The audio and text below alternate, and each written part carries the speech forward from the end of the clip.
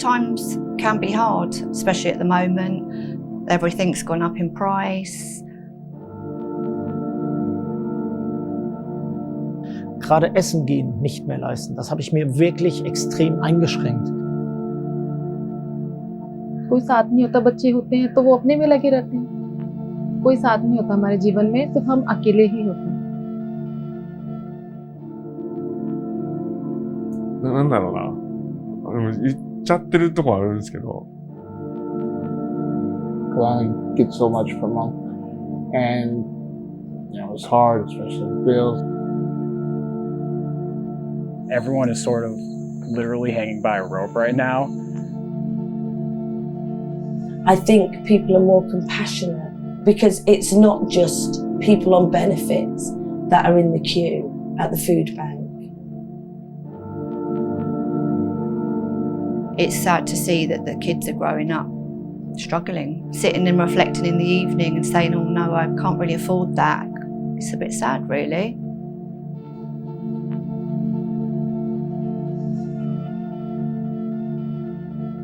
We have 131,000 homeless kids, yet rents are just allowed to continue increasing and getting ever higher. Ja, Wünsche hätte ich bestimmt, Erwartungen, Hoffnung eigentlich tatsächlich nicht. Ich glaube nicht, dass da tatsächlich ernsthaft was passiert. 欺かれてる感じがするブランドっていうのは嫌ですよね。I don't really have much trust or faith in any companies, governments, anything really. Sometimes you feel that maybe the companies are a bit greedy. They're putting the price purposely. So it's really hard to trust nowadays. A lot of these organisations are also taking it out on the wrong individuals, which are their customers. I guess you kind of just feel like people are out to rip you off. They're not really concerned about, are you managing okay? बिल्कुल सब बदलने वाला है, खासकर इस decade के अंदर बिल्कुल बहुत एक ड्रास्टिक चेंज आने वाला है. It starts with a conversation to be more than just your name and your brand, to actually mean something to the community.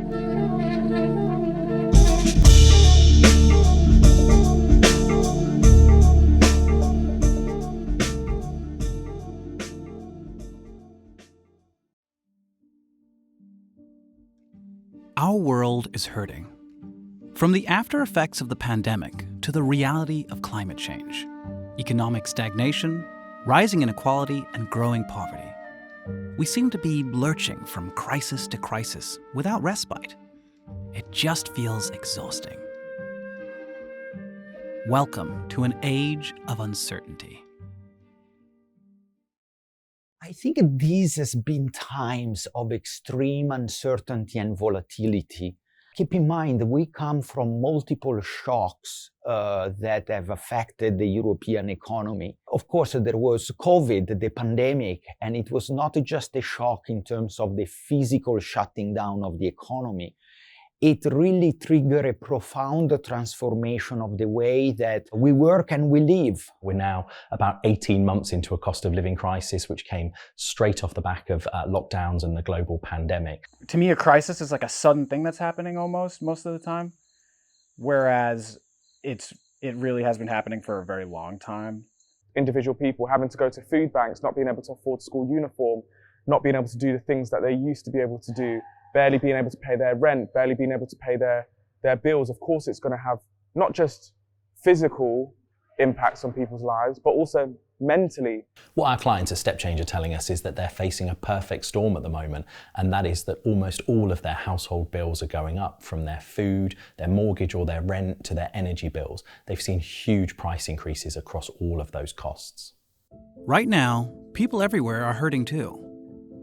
With price rises, global debt up, and savings down, people are making tough decisions, often cutting spending to the bone. 40 to 50% are cutting back on food. Half are cutting back on things that bring them joy. A third are reassessing their life goals. While some are adapting, many feel trapped or at breaking point. People are sliding faster and faster into the lower classes, so to speak. Honestly, money. things are so expensive, and I think when I don't really have money in terms of like that I'm able to, if I needed something or wanted to do something, I don't have that, it really affects me mentally. It affects like my motivation, how I feel, things I want to do, wanting to talk to people. So I just don't want to get to a point where the amount of money I have is affecting how I'm living. The crisis isn't that somebody doesn't have enough gas to fill up their truck or whatever. Like, the crisis is people won't have gas to heat their homes. My family get like food stamps and stuff, so once we get closer to the end of the month, all those food stamps are gone, and that's why I say 21, like I'm barely like hanging on. Mostly it's a bit stressful, I would say. You can't give time to the family. You're working on the weekend as well. And they need time as well, kids need time as well. One of the worst parts about the corner shops, you can't keep them closed anyhow. They are open like my store 8 till 11, 7 days a week. You can't close them. If you need to give the time to the family once, the customer will not be repetitive. You know, they're gonna go somewhere else. So it has a huge implication on how people spend their time, the decisions that they have. And that, of course, then has a knock-on impact in terms of the time they've got available to spend with their family, the time they're able to spend working or focusing on their job. It can really be all-consuming in people's lives when they're worried about their finances. Everyone always talks about the future. I'm living right now. There are little things that I can do. Okay, I can spend £5 on a coffee. At the end of the month, think back to it, like, why did I buy that coffee? I didn't even enjoy it. But it's just little things that get you through the day. You can't really help someone that's struggling if you're struggling yourself. Yeah, that sucks. The so-called cost of living crisis is so much more than just that. It's a quality of living crisis, and it's not going away anytime soon. It's said we make around 35,000 decisions a day, mainly subconsciously on autopilot. Today, even choices that used to feel effortless can feel strained. It's a mental crisis too. And in this mental fog, what's suffering? People's futures. The ability to make longer-term plans. Over a third have stopped saving for the future or are saving less. This intertemporal discounting may be a rational response to today's pressures, but it's still shortchanging tomorrow's needs. Now, in some way, we are at another inflection point where optimism is not the driving force. It's the concerns about the futures, the concerns about the planet, but also in a more private way, the concerns about the economic outcomes. Ja, ich will, dass meine Tochter oder meine Kinder einfach eine Zukunft haben, die sie sich selber gestalten, und die sollen sie auch frei gestalten. Und ich bin derjenige, der das einfach den Background ermöglicht. Ja, und deswegen sage ich auch immer wieder, obwohl ich meinen Traum lebe und bisher verwirklicht habe, ist es dennoch ein Job.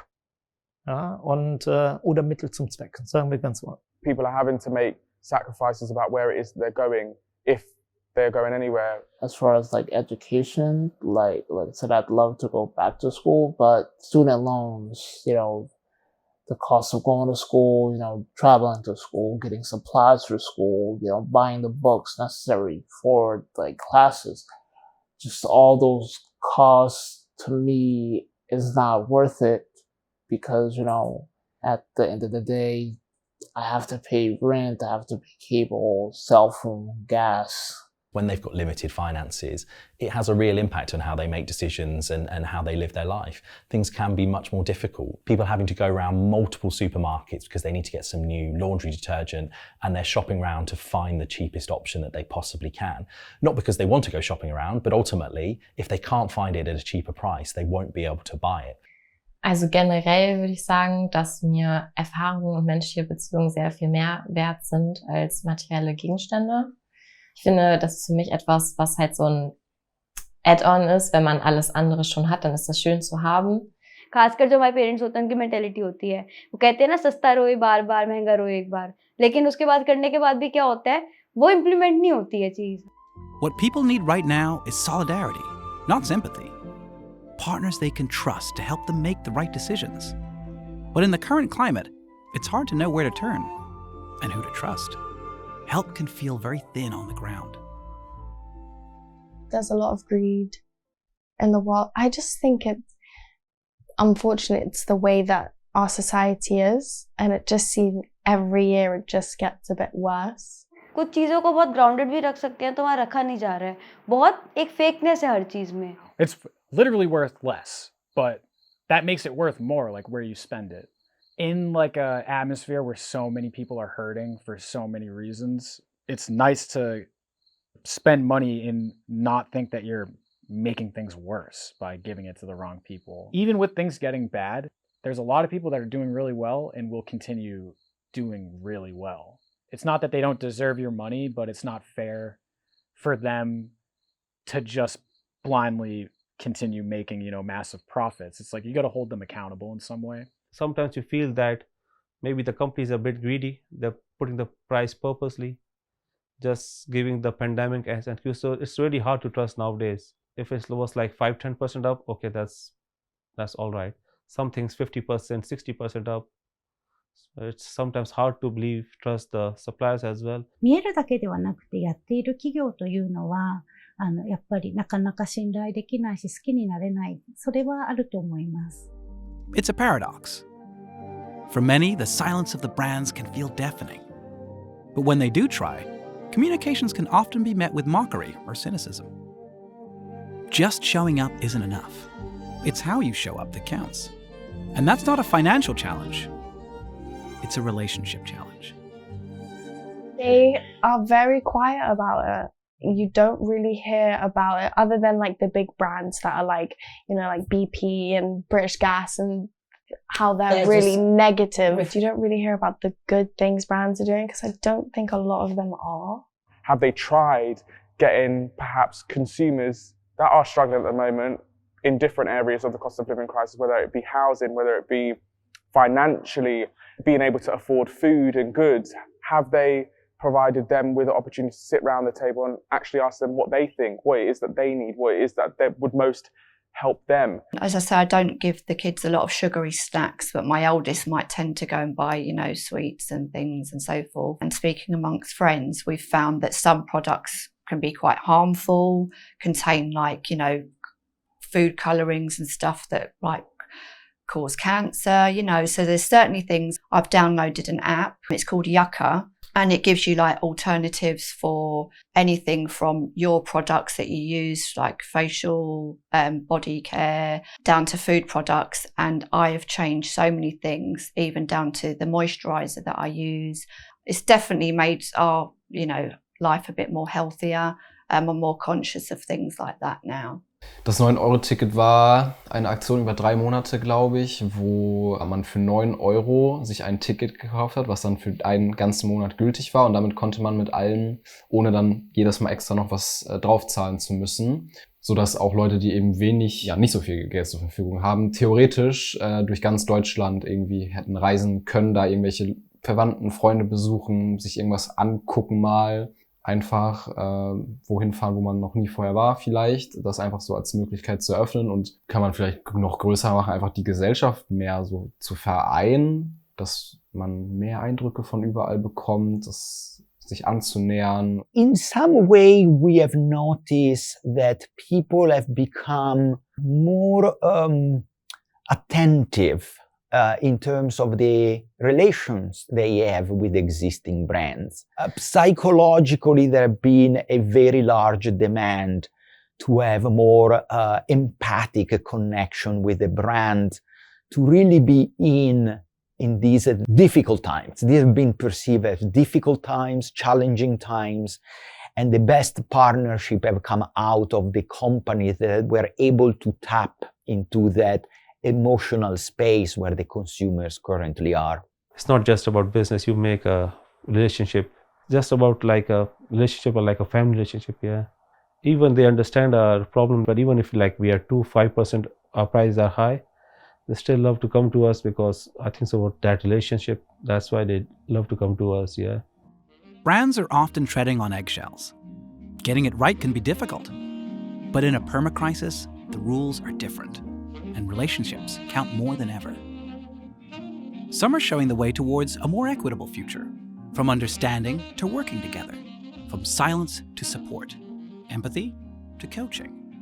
There are lots of roles that brands can credibly and legitimately play. I think one theme that dominates the relationship between brands and the consumers is this economic uncertainty, and probably even more the expectation that uncertain time may persist. I should be able to read off a list of big brands that are participating in huge grassroots initiatives and community work, but I genuinely, off the top of my head, can't think of any large ones doing that. And for me, that's a worry, especially during a cost of living crisis, because we should be at a place now where brands have taken that initiative and doing sort of work on a national level to tackle some of these problems and the crisis that people find themselves in. But clearly, I don't think enough is being done. The question is, what role will you play in this relationship revolution?